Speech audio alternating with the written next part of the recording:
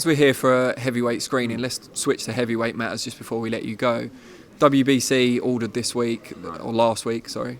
No what? They didn't order anything. What was it then? What would you call it? They said we would approve it. So they haven't said... They don't have to fight each other. Okay. Yeah. So they've sanctioned the rematch. Yeah. Does that make... That kind of leads to my question. Does that make any kind of material difference to how likely that rematch is? No, because I think if they ordered it, he has to take it. You know, when you order a rematch, if Wilder decides not to fight Fury, he'll be stripped. Yeah. That's not the case. What they've said is, you've got a mandatory in Dominic Brazil.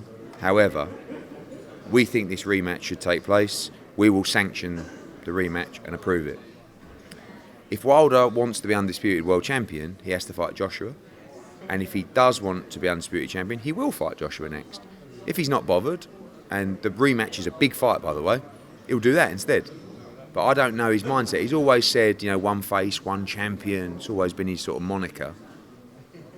But is there a deal to be done that satisfies him? Does he look at it and think Fury is a much trickier fight, but Joshua... I think Wilder has more chance, I'm not saying more chance of knocking out Joshua, but Joshua's easier to hit than Tyson Fury, right? He's an easier style. He's just much more dangerous. It's a bit like us. We could fight Fury now. I think there's probably a deal to be done to fight Fury.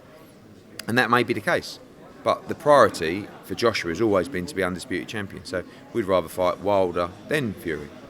But when you look at those two styles, I look at those fights and say, for Joshua Fury, it's not a dangerous fight. It's just a very tricky fight. Yeah. For Wilder fight, it's a very dangerous fight. But I believe... But more straightforward. Yeah, and I believe he knocks him spark out. But that's me. So either one's fine, but the priority, absolute priority, is to be undisputed heavyweight champion of the world for AJ, and that is to fight Wilder. If Wilder won't fight him, and there's a deal to fight Fury, he'd happily do that. And then obviously you've got this fight on the 22nd, so the next few weeks are going to be very vital to seeing what the next steps are. So right now, as we stand here, who's more likely, in your view, to come around to your way of thinking? Amir Khan to fight Brook, or Deontay Wilder to fight Joshua? Probably Amir Khan to fight Brook. You know, I think that's an easier fight to make. But again, without speaking to Deontay and without knowing his mindset, if he wants to create a legacy and become that undisputed champ, which very, very, very few do, he has to fight Joshua. And he may get beat against Fury. You know, Joshua may get beat. So, and then someone will have a mandatory, and then it will go on and on. So there are very few opportunities to strike to do the undisputed championship. One was in November, December, which we've missed, obviously, and the other one is in April. So I think that Wilder wants to create a legacy. I think he wants to become undisputed champion. I do.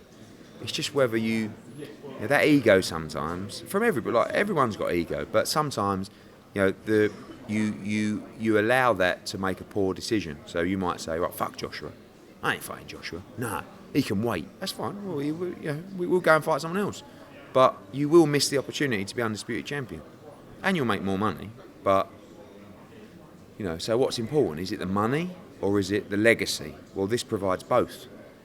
But again, we may sit down with their team and we might be miles away. They may just say it's 50-50 or fuck off. And we'll say, all right, we'll fuck off. See you later. Yeah. So we'll see. Brilliant. Eddie Hearn, thanks for your time. Cheers.